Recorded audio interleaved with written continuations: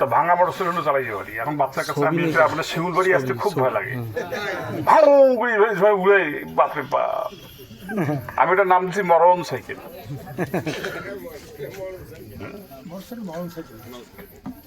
তো আজকে এটা আমার আপনাদের শিউলবাড়ি ইউনিয়নের ধানের শীষের 4 নম্বর পথসভা, আপনার লক্ষ্মীবাড়ি কাছারিনাটা। এখানে এই পথসভায় বারাসরি উঠান বৈঠকের মতোই বলা যায়, উপস্থিত স্থানীয় গণ্যমান্য ব্যক্তিবর্গ, আমার সাথে যারা আছেন সফর সঙ্গী, সবাইকে আমার শ্রেণীভেদে সালাম, আসসালামু আলাইকুম, এবং সনাতনী ভাইদের আদাব এবং শুভেচ্ছা। আজকে তোমার মন পিঞ্জিরায় গাইছে অনেক পাখি নাকি? আজকে আপনাদের চোখের সামনে উঠতেছে 5ই আগস্টের পরের এক পাখি, তাই বলে কি আলহাজ শহীদ আলী সাহেবের কথা ভুলে গেছেন নাকি? 10 বছর উপজেলা চেয়ারম্যান ছিল, আপনাদের সাথে কোন খারাপ আচরণ করছে? আপনাদের কোন এখানে অনুষ্ঠানে দাওয়াত দিচ্ছেন, দাওয়াত নেয় নাই? কোন অনুষ্ঠানে উনি আসতে পারেনি, কেউ লোক পাঠায় নাই? শীতের পাখি তো ছিল না, আর উনি তো এর আগে উনি এমপি ভোটও করেন, এইবারে প্রথম করতেছে। তাহলে উপজেলা চেয়ারম্যান হিসেবে পরীক্ষায় তো পাশ করছে নাকি? একটা পরীক্ষায় তো পাশ করা লোক আছে আপনাদের, আর এইখানে তো অন্যান্য সিটের মতো না, এখানে আমাদের পুরো উপজেলাটা নিয়েই আবার সংসদীয় আসন। তাইলে তার মানে একই প্রশ্নে সে পরীক্ষা আবার দিবে। প্রশ্ন তো আর চেঞ্জ হয় নাই, সিলেবাস চেঞ্জ হয়েছে না। এবার কি মনে হয় আপনাদের পাশ করতে পারবে? এখন এবার আবার কি ক্ষমতা বেশি, তাহলে এখন আপনারা যাকে সারা জীবন দেখেন নাই, 5ই আগস্টের পরে নাম শুনলেন, 1 বছর ধরে পোস্টার ভেস্টুন লাগাইছে, তাকেই বেশি বোধহয় পছন্দ হয়েছে আপনাদের নাকি? শীতের পাখি সুবিধাবাদী। জল ঢাকায় তো কোনো নির্বাচন হইতেছে না, এটাকে কি নির্বাচন বলে? নির্বাচন হবে, জনগণের কাছে মানুষ যাবে, জনগণের জন্য কি করবে, আপনাদের উন্নয়নের জন্য কি করবে, কিভাবে আপনাদের পাশে থাকবে সেটা বলবে। তো এখানে তো যেটা শুরু হয়েছে শহীদালি ঠেকাও, কোনো ভোট নাই। এত ভয় শহীদ সাহেবকে, কি ব্যাপার? উনি বাঘ না ভাল্লুক? উনি কাউকে, এই যে মেম্বার সাহেব বক্তব্য দিলেন, যাওয়ার বাসায় পরিষদে ছিলেন, উনি মিটিংয়ে কাউকে কোনো খারাপ কথা বলছে? উনি কাউকে কোনো শালা কইছে শুনছেন? তো এত খারাপ লোক উনি। সোজা রাস্তায় যখন মানুষ চলতে পারে না, তখন এই ধরনের কথা বলে নাকি? ষড়যন্ত্র করি। তো বিষয় হচ্ছে, ভালো লোক আর খারাপ লোকের মধ্যে পার্থক্য কিন্তু চেহারা দেখে করা যাবে না, গায়ের রং দেখে করা যাবে না। কি করতে হবে? তার কাজ দেখে। সকালবেলা ফজরের আজানের আগে আগে মসজিদের ইমাম সাহেব পুকুরের এক পাশে উজু করতেছে, আর এক পাশে একজন চুরি করিয়ে এসে উজু করতেছে। তো ইমাম সাহেব ভাবতেছে, বাপরে বাপরে চ্যাংড়া মানুষ, আমি তো উঠতে পাইতেছিলাম না, এই চ্যাংড়া মানুষ নামাজ পড়বে ফজরের শীতকালে এসে উজু করেছে রে। তার চিন্তা, সে ভালো মানুষ। আর চোর কি চিন্তা করতেছে, বাপরে বাপ, সারা দাড়ি টুপি এলো লোক, এও চোর, এও সারা চুরি করে গেছিল।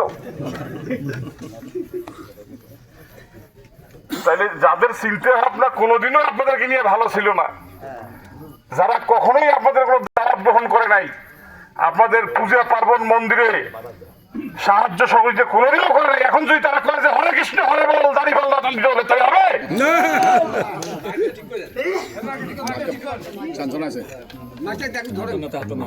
এখন বিষয় হচ্ছে, তুলিও না, তুললে সমস্যা। বিষয় হচ্ছে, ঠিক আছে,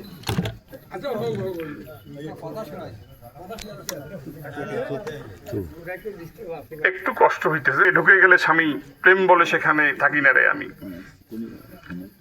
বাংলাদেশের কোন স্বামীকে কি দেখছেন যে আমার প্রেম আছে আমার বউয়ের সাথে? কয়? বাপরে বাপ। এখন বেশি প্রেম সেই দেখাইতে যায় যেখানে অবৈধ সম্পর্ক থাকে।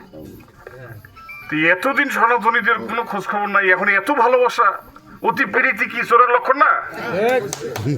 আর ভাই সৈয়দ আলী সাহেব তো শিমুলবাড়ির লোক গেলে হয়েছে, হিন্দু মুসলমান বৌদ্ধ খ্রিস্টান দেখলে কি দেখে? না। জামাতে ইসলাম বিএনপি আওয়ামী লীগ কি করে এটা কি দেখে? দেখছে কি আগে? না।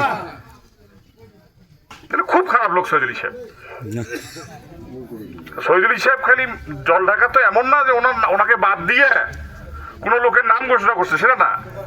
নীলফামারী 3 এবং নীলফামারী 1 দলের কারণে এখন প্রার্থীতে ঘোষণা হয় নাই, তাতে জল ঢাকার কোনো দোকানে কোনো বৃষ্টি নেই। ভয় ভয় কি মিথ্যা কথা বললাম? তার মানে এখানে ভোট কেউ করতে চায় না। এই যে 1 বছর আগে ফেস্টুন লাগাইছে, আমার বাড়ির সামনে লাগাইছে, আমার বাড়ির পিছনে লাগাইছে, গোটা জল ঢাকায় লাগাইছে, বাঁশ হেলি পড়ে গেছে, ফ্রেম ভাঙি পড়ে গেছে, কেউ ছিটছে? আজকে গোটা জল ঢাকায় দেখেন সৈয়দ আলী সাহেবের এত সুন্দর সুন্দর ফেস্টুন, কোথাও মাথা ফুটে করে দিছে, কোথাও মুখ ফুটে করে দিছে, কোথাও সিঁড়ি ফেলাইছে। এত ভয় কেন? আমি তো সেদিন বলছি যে যদি কাগজে লিখো নাম কাগজ ছিঁড়ে যাবে, পাথরে লিখো নাম পাথর ক্ষয়ে যাবে, আর হৃদয়ে লেখো নাম সে নাম রয়ে যাবে। সৈয়দ আলী সাহেবের নাম বলছে, কি কাকা ঠিক বলছি? আমাদের পোস্টার গ্রামের ভেতরে গেলে থাকে না। ধর্মপাল হিন্দু পড়া, সেখানে কয়েকজন আমাদের লোক আছে ওই দলের, ওদের অত্যাচার সহ্য করতে পারে, পোস্টার সিঁড়ি ফেলায়। এই মিঠুয়া কইলে ভাই আসছে ধরি ফেলাইছি, একটা ছোট ফল আসিয়া সিঁড়ি ফেলা, আমার হাতে লাগাই তুই সিঁড়ি ফেলাও। ভাই কোনো বাড়াবাড়ি করার দরকার নেই। ধানের সিঁড়ি এটা পবিত্র মার্কা, আর সৈয়দ আলী সাহেবকে চেনে না এমন কোনো লোক আছে? তো বিষয় হচ্ছে এই এরাই একটা সময় রঙিন পোস্টার ছাপাইতো না, পোস্টারের মধ্যে প্রার্থী সবাই দিত না, খালি মার্কা বলে থাকলে হয়। আমার লোক সকালবেলা বাড়ি থেকে হাঁটি পন্থা খেয়ে বেড়ায়, টাকা লাগে না পয়সা লাগে না, আমরা এমনি ভোট করি।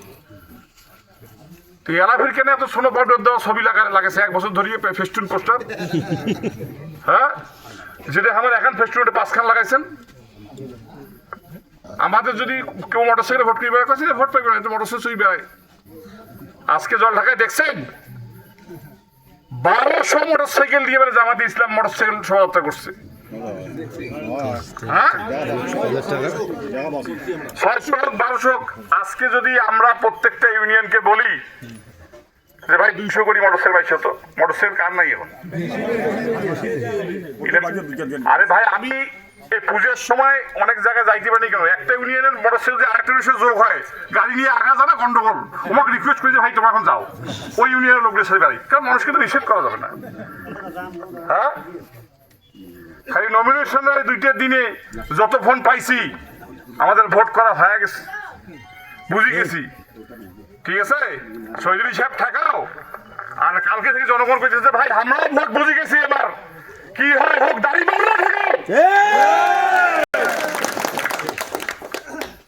মিথ্যা কথা বললাম?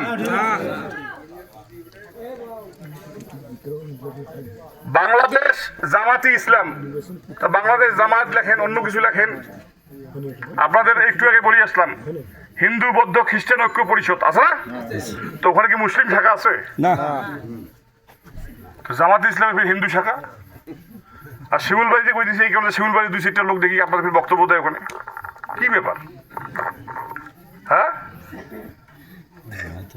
তাহলে বলে আমাদেরকে ধর্ম ব্যবসায়ী বলে, এটা ধর্ম ব্যবসাটা আপনারা শিখিয়ে দিলেন। কোন বিএনপির লোক কি কোনো মন্দিরে যায় আবার কি গীতা পাঠ করছে?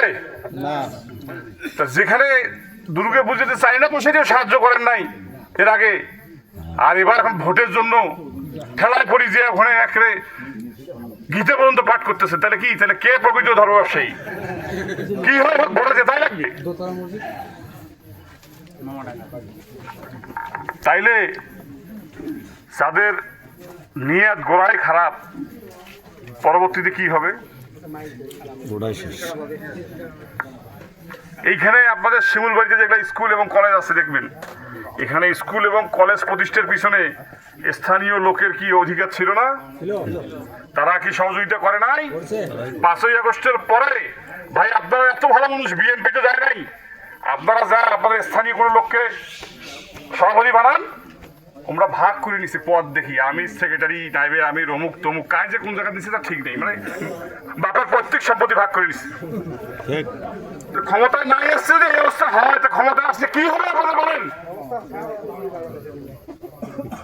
তাহলে আপনাদের সনাতনী ভাইরা যে দুই একজন তাদের মঞ্চে যে বক্তব্য দেন, তারা আপনাদের কি নিজেদের কথা চিন্তা করেন না?